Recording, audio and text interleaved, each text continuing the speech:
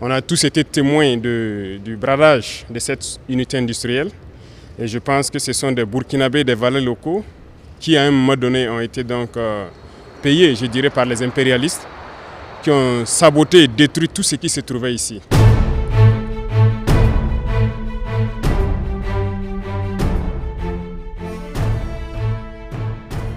On a tous été témoins du bradage de cette unité industrielle et je pense que ce sont des Burkinabés, des valets locaux qui à un moment donné ont été donc payés, je dirais, par les impérialistes qui ont saboté et détruit tout ce qui se trouvait ici. Donc en mars 2024, lorsque nous avons tenté de redonner une nouvelle vie à cette unité, on a connu beaucoup de souffrances, il faut le dire. Et tout le long du parcours, ça a été des péripéties.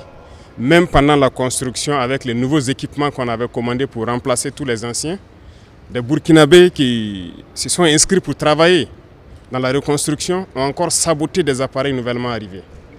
Donc on a dû prendre beaucoup de mesures particulières de sécurité pour pouvoir aboutir au résultat que vous voyez.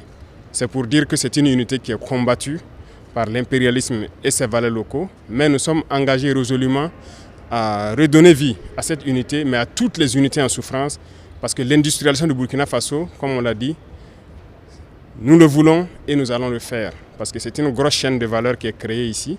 Bientôt, peut-être que nous inaugurons une usine à Bobo Dioulasso qui fabrique des sémoules et tout ce qui va rentrer en ligne de compte dans la matière première de cette unité industrielle. Beaucoup d'emplois seront créés et notre maïs que nos vaillants paysans cultivent donc sera bien employé. Nous prendrons toutes les dispositions pour que ce que ces unités ont connu et bien d'autres unités ne connaissent plus le même sort.